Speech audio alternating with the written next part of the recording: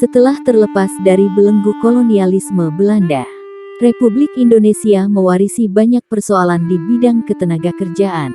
Kehidupan buruh di seluruh Indonesia masih terjepit oleh upah rendah, jam kerja yang panjang, serta ketiadaan jaminan sosial dari perusahaan. Masalah-masalah tersebut tak langsung mampu diatasi pemerintah Republik Indonesia Serikat dalam waktu cepat. Alhasil, krisis perburuhan pun meledak pada bulan Juni tahun 1950.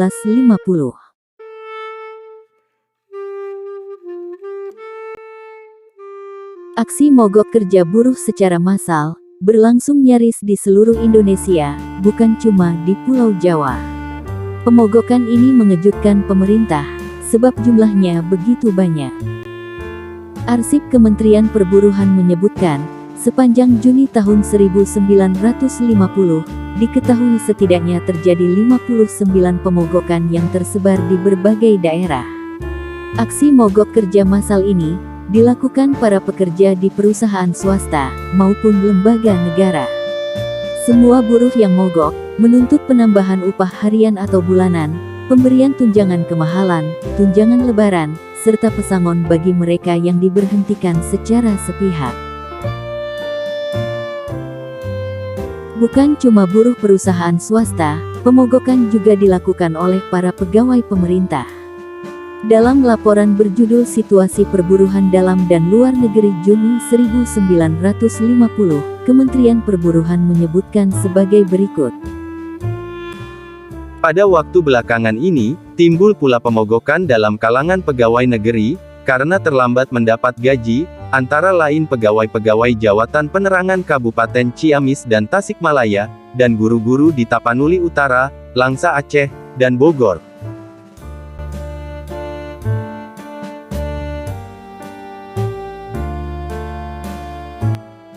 Di Cirebon, sekitar 10.000 buruh tenun menggelar mogok kerja. Mereka harus berhadapan dengan gabungan perusahaan tenun, yang dipimpin Usman Al-Habsyi. Suhendro dan De Harun, dua pemimpin Serikat Buruh Tekstil Jawa Barat, meminta perundingan dengan Al-Habsyi.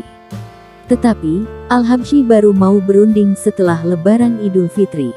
Selama bulan puasa, Al-Habsyi menolak perundingan dengan Serikat Buruh. Selain itu, muncul pula tuntutan dari Serikat Buruh Perkebunan Republik Indonesia. Mereka mendesak agar buruh-buruh perkebunan di Sumatera dan Kalimantan diberikan upah yang lebih tinggi dari upah buruh di Pulau Jawa.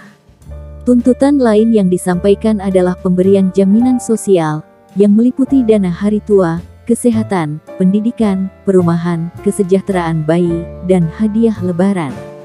Sebelum mogok kerja, semua tuntutan ini telah disampaikan kepada Ondernemersbond atau organisasi pengusaha dan pemerintah. Di samping kenaikan upah, serikat-serikat buruh di seluruh Indonesia juga meminta setiap perusahaan mematuhi peraturan 7 jam kerja sehari. Jika buruh dipekerjakan lebih dari 7 jam, mereka harus diberi upah tambahan.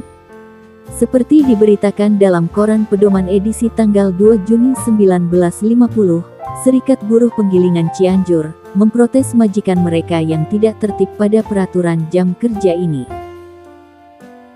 Sementara itu, Serikat Buruh Hotel dan Rumah Makan mengajak masyarakat untuk meninggalkan panggilan jongos kepada buruh dan menggantinya dengan sebutan bung. Para buruh yang mogok kerja juga menuntut perusahaan untuk tetap membayarkan upah selama mereka menggelar pemogokan. Tuntutan ini, antara lain dinyaringkan 800 buruh pabrik tenun di Bogor. Mereka mogok kerja dari tanggal 19 sampai tanggal 22 Juni.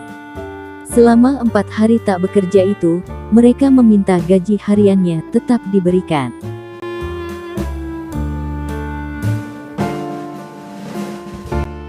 Bukan cuma di Indonesia, ternyata sepanjang Juni tahun 1950, berlangsung pula pemogokan buruh di negara-negara lain. Di Italia, kurang lebih 500.000 buruh mogok massal menuntut perbaikan upah. Di Jepang, 50.000 buruh mogok kerja memprotes penangkapan 8 teman mereka, yang dituduh menyerang serdadu Amerika. Sebanyak 3.500 pengemudi taksi di London mogok kerja mulai tanggal 2 Juni untuk menuntut kenaikan upah.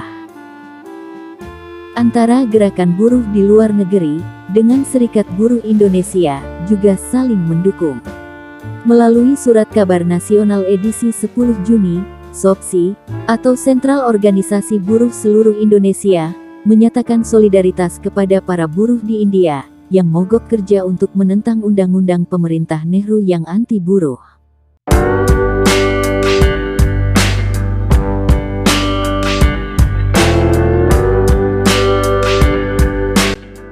Dari luar negeri, datang pula dukungan untuk aksi buruh di Indonesia.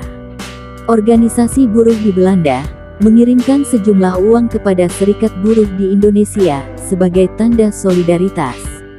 Namun, pengiriman uang ini ditahan oleh Komisaris Tinggi Belanda yang berkantor di Jakarta.